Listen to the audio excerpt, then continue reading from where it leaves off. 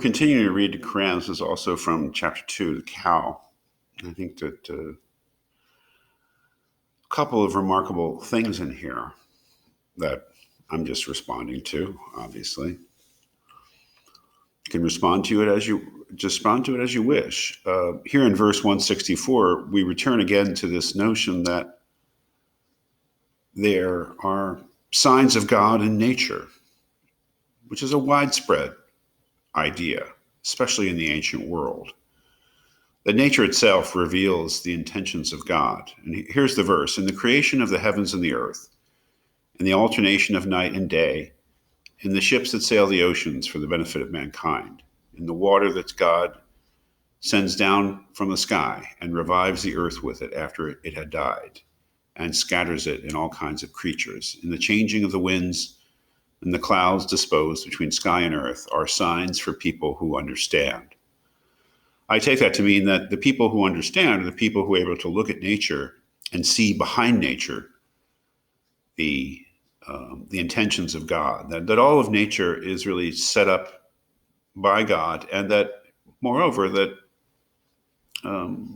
set up for the benefit of mankind, for the benefit of human beings, that there's purpose in nature, and that nature has been shaped for us, which is a quite beautiful idea, I think. It is an entirely unscientific idea from the point of view of modern science, obviously, which regards nature in an entirely different way. But that's really, okay. The scientific way of viewing nature is different from, I suppose, the religious way of viewing nature. It's just something to note.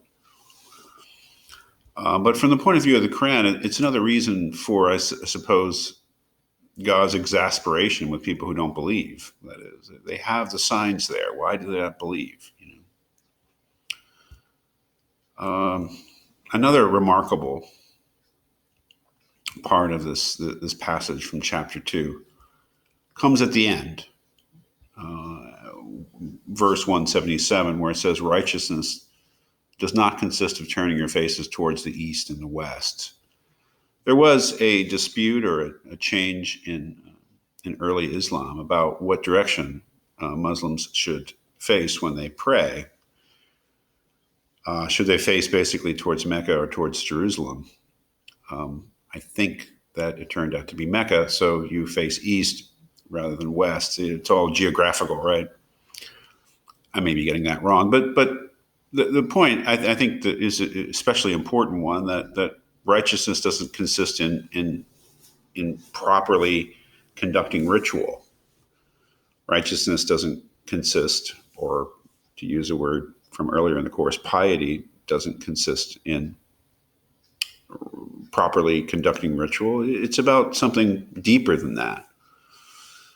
Righteousness is he who believes in God, in the last day, and the angels, and the scriptures. Righteousness consists of belief. Who gives money though dear, to near relatives and orphans and the needy and the homeless and the beggars, and for the freeing of slaves. That is, it shows in what you do and how you live your life, your righteousness, your belief in God. It's about how you live your life and what sort of person you are, rather than whether or not you fulfill some ritual. I think that's such a great, to my mind, such a great message.